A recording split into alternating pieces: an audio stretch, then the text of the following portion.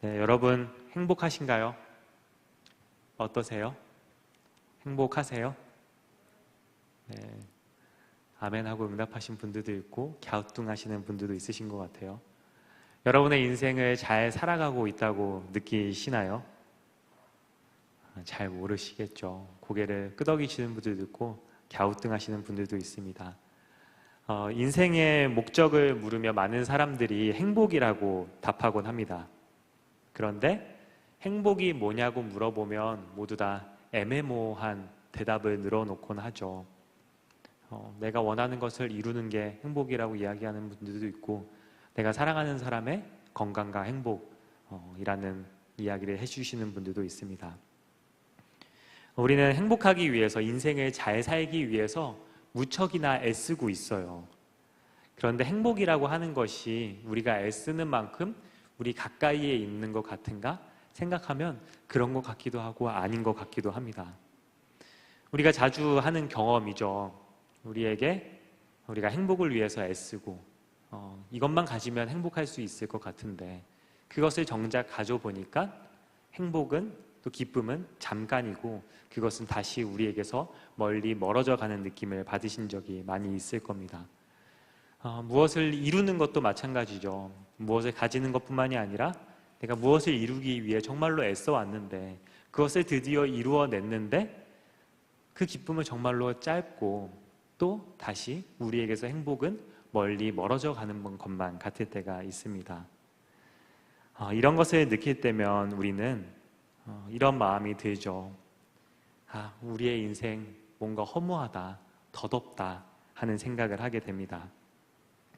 하버드에서 긍정 심리학을 가르쳤던 한 교수님이 있습니다. 탈 벤 샤하르라는 교수님이 있는데, 그 교수님은 도착 오류라고 하는 말을 했습니다. 그러니까 목적지에 도착하기만 하면 행복이 기다리고 있을 거라고 하는 착각을 이야기하는 것입니다. 아까 얘기했던 것처럼 이 목적지만 다다르면 내가 행복할 것 같은데, 목표로 하던 좋은 대학에 입학하면 내가 행복할 것 같은데, 좋은 직장을 가지게 되거나 또 혹은 승진하거나 또 목표로 하던 그 사람과 결혼을 하게 되거나 또 임신을 하게 되거나 그 목적지에 도착하면 행복할 것 같지만 결코 그렇지 않다는 것, 그 착각을 이야기하면서 도착 오류라고 하는 말을 이야기를 했습니다. 무언가를 가지면, 무언가를 이루면 손에 잡힐 것 같던 행복이 막상 잡고 보면 모래를 쥐는 것처럼 손 사이로 빠져나가는 것, 우리는 그것을 모두 경험하죠. 그럴 때 우리의 속마음은 또 이렇게 외치죠. 다 부질없다, 다 소용없다, 인생 참 허무하다, 이렇게 이야기를 합니다. 성경에는 지혜서라고 부르는 책들이 있어요. 욥기, 시편, 잠언, 전도서, 아가서, 이 책들이 성경에서 말하는 지혜서입니다. 하나님의 지혜, 또 인류의 놀라운 지혜들을 담고 있는 책들이죠. 이 책들은 뭔가 하나님께서 보여주신 놀라운 일들에 대해서 어떤 스토리를 들려준다거나 또 예수님에 대해서 이야기하지는 않습니다. 어떤 교리적 내용을 담고 있지도 않고요. 이 책들의 한 가지 공통된 특징이라고 한다면 인간의 그 인생에 대해서 이야기한다는 것입니다. 고난과 기쁨, 사랑과 허무, 또 우리가 살면서 통과하게 되는 모든 희노애락, 이런 것들을 그대로 이 지혜서 안에 담아내면서 이런 우리 인생의 한복판 안에서 우리가 어떻게 지혜롭게 살아갈 수 있을지, 그것에 대해서 이 지혜서들이 잘 이야기를 해주고 있습니다. 오늘 우리가 함께 본 전도서의 말씀도 지혜서 중에 하나이고, 또 우리가 인생을 어떻게 지혜롭게 행복하게 참되게 잘 살아갈 수 있을지에 대한 놀라운 지혜들이 이 전도서 안에 담겨 있습니다. 오늘 이 전도서를 쓴 사람은 전도자라고 불리기도 하고 히브리어로는 코헬렛이라고 이야기하기도 합니다. 이 코헬렛이라고 하는 것은 모으다, 부르다라는 뜻을 가지고 있는데, 이 전도서의 전체적인 맥락을 한번 살펴보면서 이 코헬렛을 이해해보면 사람들을 불러 모은 곳에서 수집한 지혜를 말하는 사람이라고 이야기할 수 있습니다. 많은 사람들이 다윗의 아들 또 예루살렘의 왕이라고 이야기하는 이 사람을 솔로몬이라고 많이들 이야기하고 있지만 정말로 솔로몬이 이 전도서를 썼는지는 사실은 알 수는 없고 오히려 코엘렛, 지혜자, 전도자라고 부르는 게 오히려 더 맞는 이야기라고 합니다. 이 지혜를 가득 불러 모아서 사람들을 불러 모아서 수집한 지혜를 전하고 있는 사람, 이 사람이 오늘 우리에게 들려주고 있는 첫 마디가 우리로 하여금 조금은 당황스럽게 만들긴 합니다. 전도자가 이렇게 이야기를 하죠. 코엘렛이 이렇게 이야기하는 것입니다. 헛되고 헛되며 헛되고 헛되니 모든 것이 헛되도다. 이 1장 2절 안에 헛되다가 5번이 들어가 있어요. 그리고 이 말은 전도서의 마지막에 한 번 더 나옵니다. 전도서 12장 8절 말씀인데요. 다시 같이 한번 읽어볼까요? 전도자가 이르되 헛되고 헛되도다. 모든 것이 헛되도다. 이번엔 3번이 나오죠.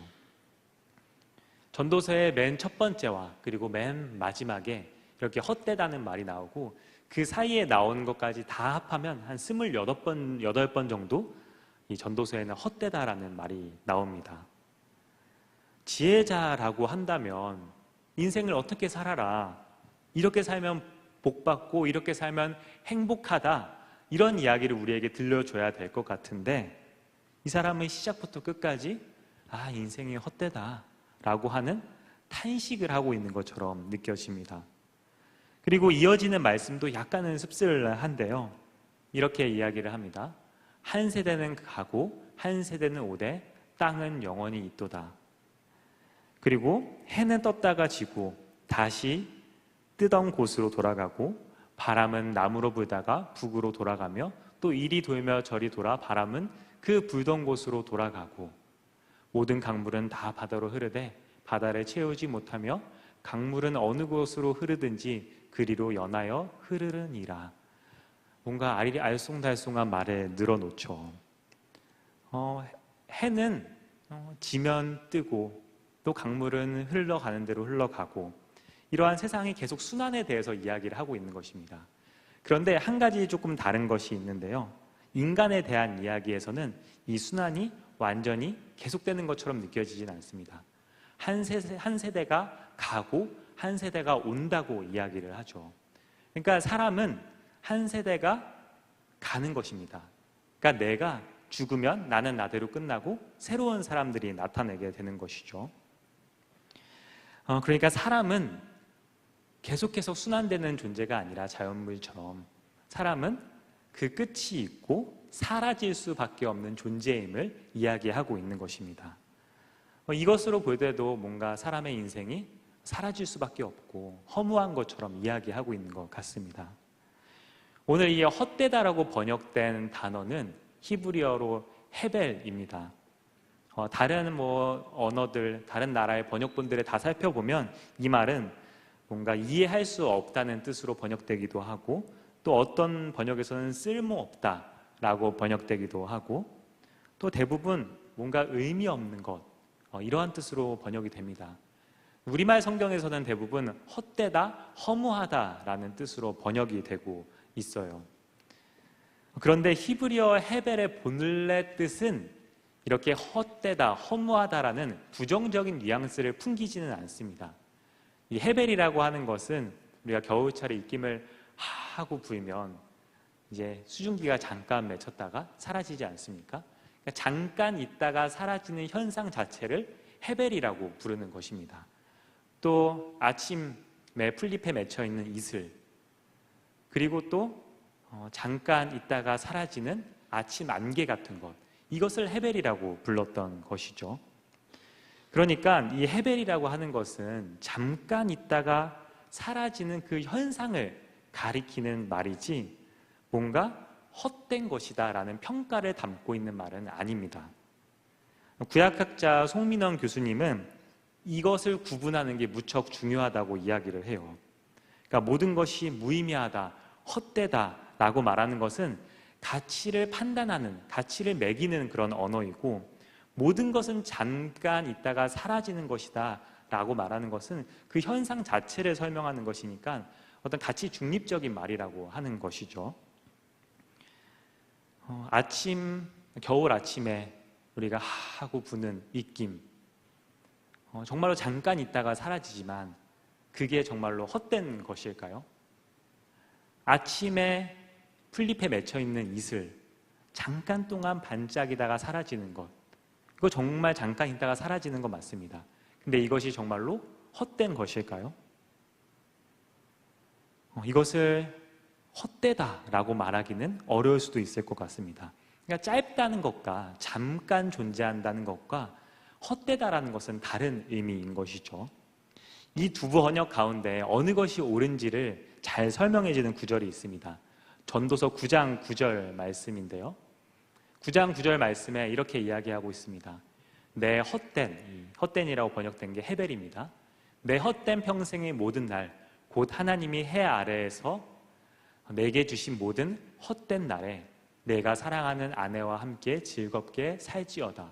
그것이 내 평생의 해 아래에서 수고하고 얻은 내 몫이니라. 이 헛된이라고 번역된 이 헤벨을 조금 다르게 한번 번역을 해서 또 읽어보겠습니다. 내 잠깐 있다 사라지는 평생의 모든 날, 곧 하나님의 해 아래에서 내게 주신 모든 잠깐 있다 사라지는 날에 내가 사랑하는 아내와 함께 즐겁게 살지어다. 그것이 내가 평생의 해 아래에서 수고하고 얻은 내 몫이니라. 약간의 차이가 느껴지세요? 헛되다라고 말했을 때는 하나님께 우리에게 주신 날들이 헛되다라고 부정적으로 이야기하는 것입니다. 그런데 잠깐 있다 사라지는이라고 이야기를 하면 하나님께 주시는 그 날이 짧다고 이야기하는 것이 되는 것이죠. 만약에 하나님이 주신 날들을 헛되다라고 번역한다면 하나님이 주신 것이 뭔가 좋지 않은 것이라고 생각하게 되지 않습니까? 만약 코엘렛, 이 전도자의 눈에 인생이라고 하는 것이 정말로 씁쓸하고 무의미하고 헛된 것이라고 한다면 굳이 이 12장에 걸쳐서 인생을 어떻게 살아야 되는지 그토록 길게 이야기할 필요가 없었겠죠. 그러니까 헤벨이라고 하는 것을 헛됨이라고 딱 규정하는 순간 전도서 전체가 다 헛된 것이 되고 맙니다. 전도사라고 하는 것은 이 땅이 헛되다라고 하는 것, 우리 인생이 무의미하다는 것을 이야기하고자 하는 책이 아닙니다. 이 전도서가 가르치고자 하는 지혜는 다른 데 있습니다. 이 헤벨의 반대말이 히브리어에 있습니다. 그것은 올람입니다. 이거는 영원이라는 뜻인데요. 하나님의 시간인 이 영원, 올람의 관점에서 보면 인간의 삶이라고 하는 것은 정말 바람에 스쳐 지나가듯이 정말로 짧은 것입니다. 그러니까 우리의 인생이 그토록 짧은 것임을 알고 그 짧은 인생이라는 것을 바라볼 수 있을 때 우리가 지혜롭게 살 수 있다는 것이죠. 그러니까 우리의 인생이 짧다는 것을 알고 살아갈 때 우리가 지혜롭게 살 수 있다, 행복하게 살 수 있다라고 말하는 것입니다. 그래서 코엘렛은, 이 전도자는 우리의 상식과는 반대되는 말을 계속해서 하는데요. 7장 2절 말씀입니다.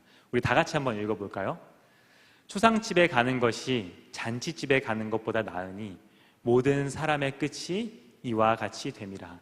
산자는 이것을 그의 마음에 둘지어다. 또 한번 읽어보겠습니다.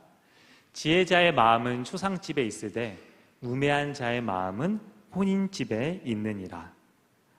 그러니까 초상집에 있는 것보다, 그러니까 장례식장에 가는 것보다, 결혼식장에 가는 것보다 장례식장에 가는 게 훨씬 더 낫다고 이야기하는 것입니다. 여러분 어떠세요? 결혼식장 가는 게 좋으세요? 장례식장 가는 게 좋으세요? 결혼식장 가는 게 당연히 좋죠, 우리는. 그런데 우리가 생각하는 것과 반대로 이 지혜자는 이야기를 하고 있습니다. 그래서 한번 장례식장에 갔다 온 그 순간을 한번 잘 기억해 보세요.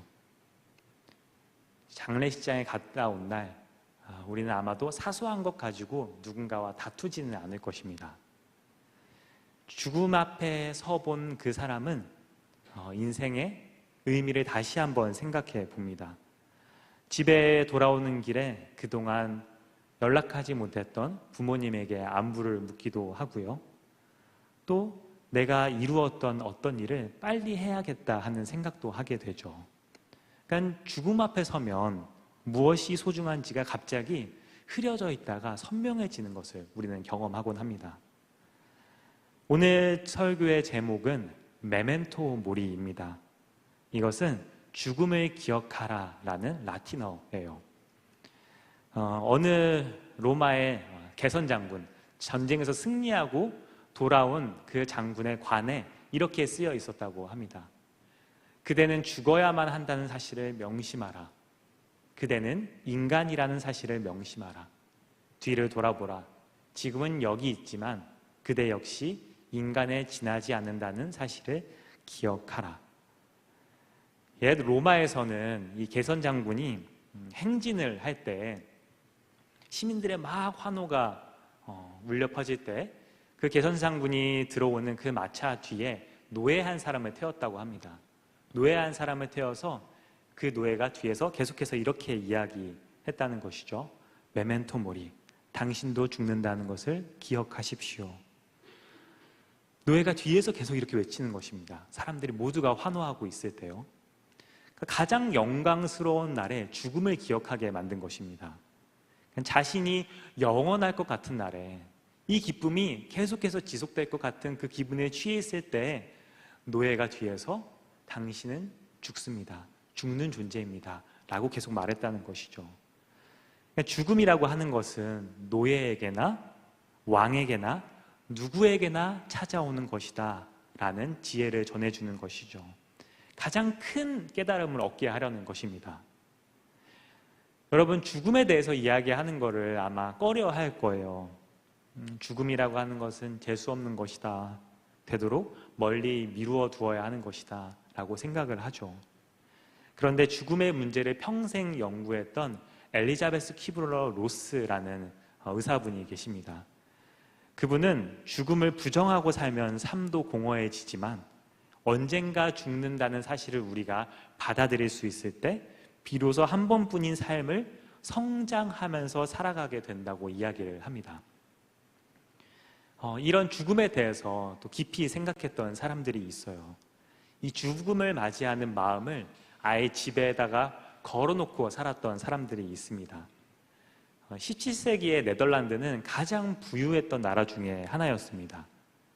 그 여유로운 모습을 잘 보여주는 그런 작품들이 많이 있었는데요.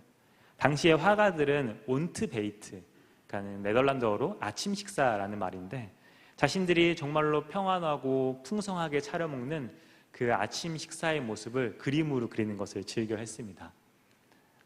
이런 그림인데요. 네, 이렇게 생긴 그림입니다.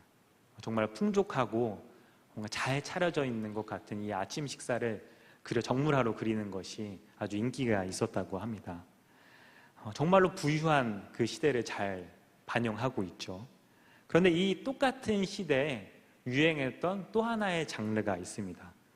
그것은 바니타스라고 부르는 그림입니다. 이 바니타스라고 부르는 그림은 어떤 허무함, 또 공허함, 또 무의미함 이런 것을 담아내는 단어인데 이 바니타스라는 단어 자체가 바로 히브리어 헤벨을 라틴어로 번역한 게 바니타스입니다. 헤벨과 같은 뜻을 가지고 있는 것이죠. 이 바니타스 그림 중에 가장 유명한 작품입니다. 데이비드 베일리가 1651년에 그렸던 자화상인데요. 이 가운데 보시면 여러분들 보이실지 모르겠지만 금촛대가 있습니다. 그 금촛대 위로 꺼진 그 초에 연기가 위로 쭉 올라가고 있죠. 그리고 그 위에는 비눗방울이 3개가 보입니다. 톡하고 건드리면 사라져버리는 비눗방울이 놓여 있는 것이죠.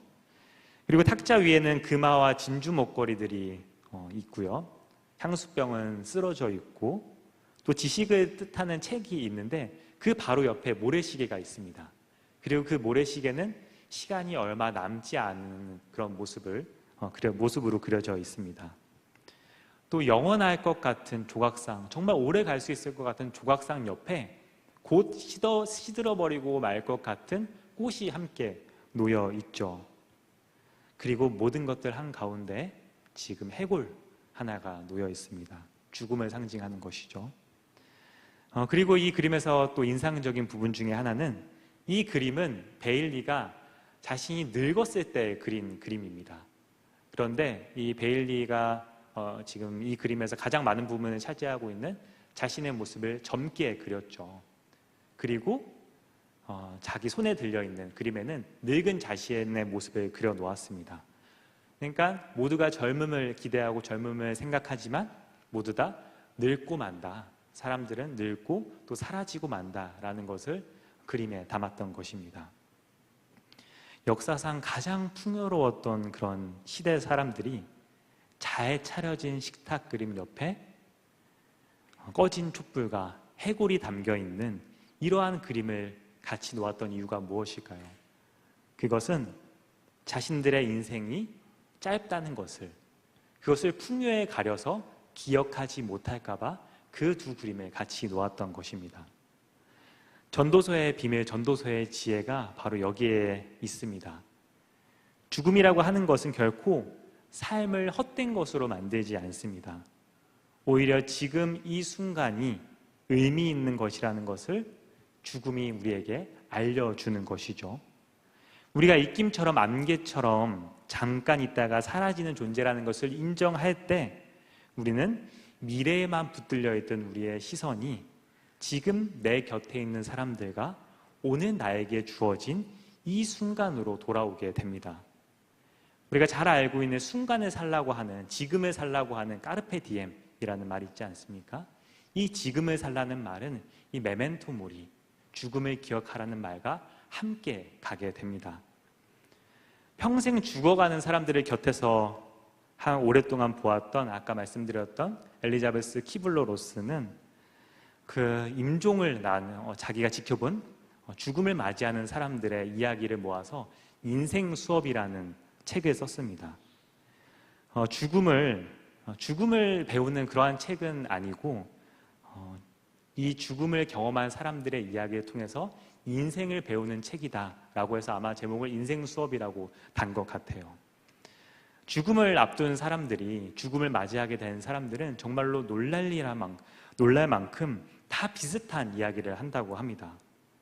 더 사랑할 걸, 내가 더 용서할 걸, 내가 정말로 하고 싶었던 것을 내가 해볼 걸 하는 말을 다 한다고 합니다. 단 한 사람도 재산을 더 많이 모을 걸이라고 대답하는 사람은 없다고 합니다. 사랑하지 못해서 후회하고 용서하지 못해서 후회하고 내가 진정으로 하고 싶은 것을 하지 못해서 후회한다는 것이죠. 그 중에 이런 이야기가 있습니다. 바닷가에 살면서도 평생을 그 바닷가 근처에 살면서도 바다에 한 번도 바다에 발을 한 번도 담궈본 적이 없는 그런 사람의 이야기가 나옵니다. 그러니까 바다는 너무나 가까이에 있으니까 언제든지 갈 수 있으니까 계속해서 미루어 왔다는 거예요.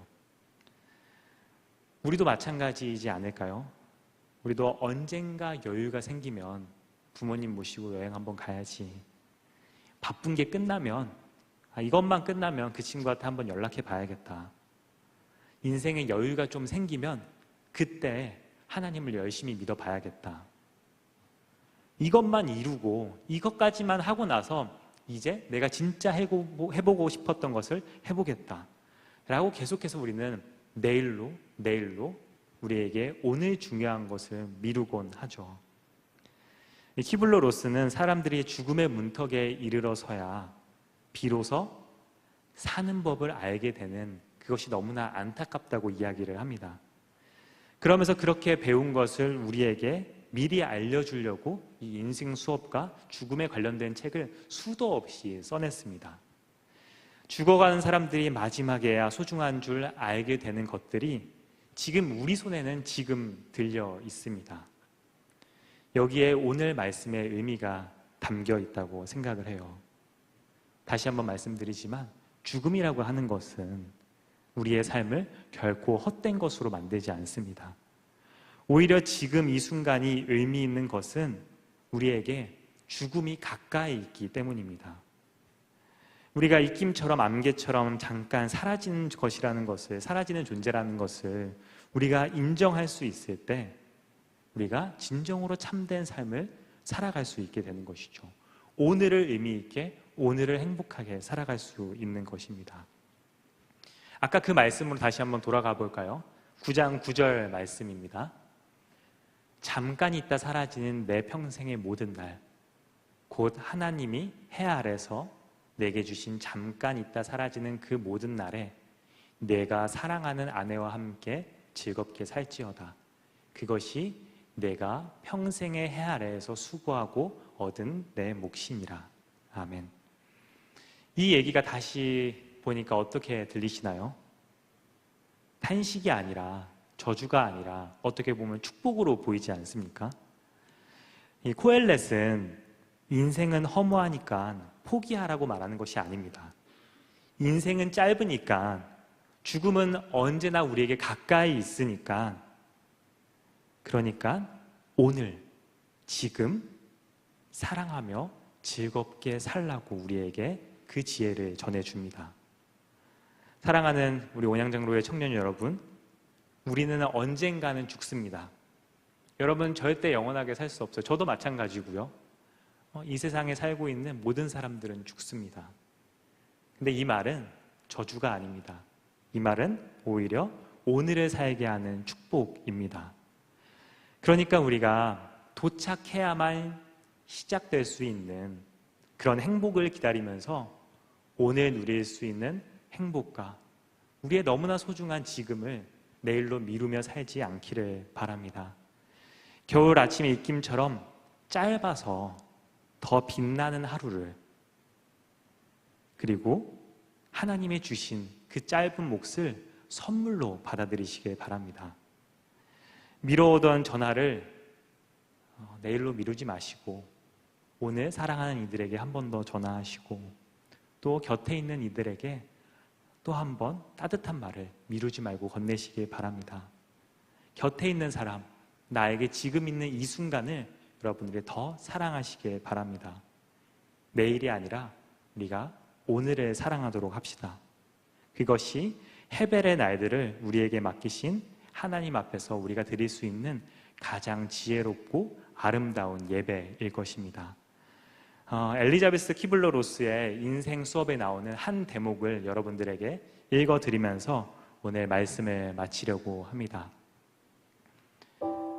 마지막으로 바다를 본 것이 언제였습니까? 아침의 냄새를 맡아본 것은 언제였습니까?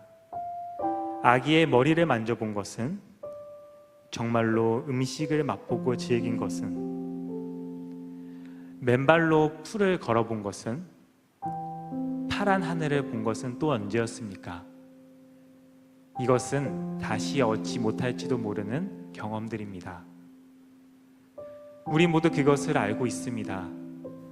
죽음을 앞둔 사람들이 한 번만 더 보고 싶다고, 바다를 보고 싶다고 말하는 것을 들으면 언제나 정신이 번쩍 듭니다. 많은 사람들이 바다 가까이 살지만 바다를 볼 시간이 없습니다. 우리 모두 별 아래에 살지만 가끔이라도 하늘을 올려다 보나요? 삶을 진정으로 만지고 맛보고 있나요? 평범한 것 속에서 특별한 것을 보고 느끼고 있나요? 우리 이제 함께 찬양하겠습니다. 우리 예수 늘 함께 하시네를 찬양할 텐데요, 우리의 삶이 행복이 먼 것 같고 고단한 것 같고 허무한 것 같지만 우리가 그 인생을 언제나 예수님께서 우리와 함께 하신다는 것을 기억하며 우리가 오늘을 살아갈 수 있다는, 오늘을 살아갈 용기와 결단을 함께 하게 되길 소망합니다.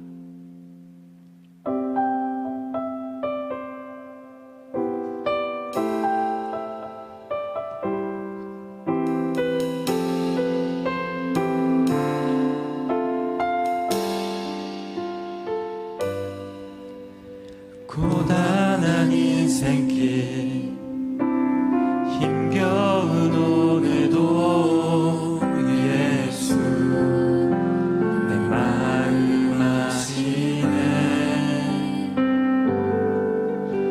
지나간 아픔도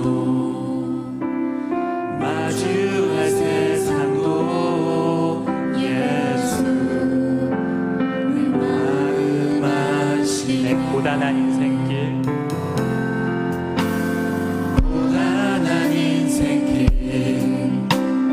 힘겨운 오늘도 예수 내 마음 아시네.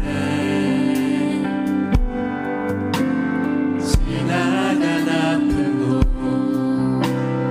마주할 세상도 예수 내 마음 아시네. 믿음에 눈들어 믿음에 눈들어 주를 보리. 이 동안 지나가리라. 주어진 내 삶의 시간 속에 주의 뜻 알게 하소서. 하루를 살아도 하루를 살아도 기쁨으로 가리. 예수 늘 함께 하시네. 후회도 염려도 온전히 맡기니.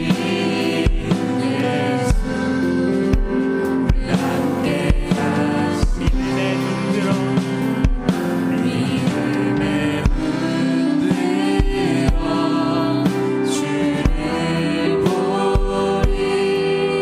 이 동안 지나가리라.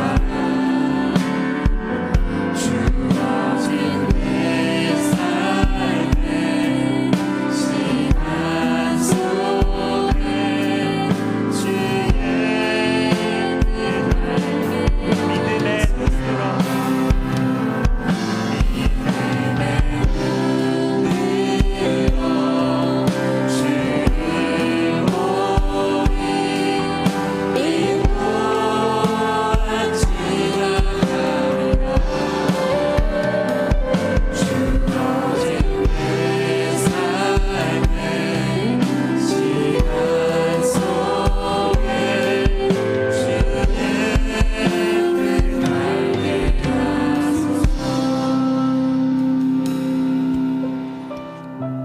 영원하신 하나님,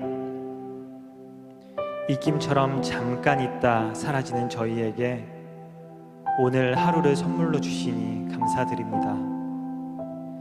죽음을 기억함으로 오늘을 사랑하게 하시고 도착하지 않은 행복을 기다리느라 곁에 주신 사람과 지금 이 순간을 놓치지 않게 하옵소서.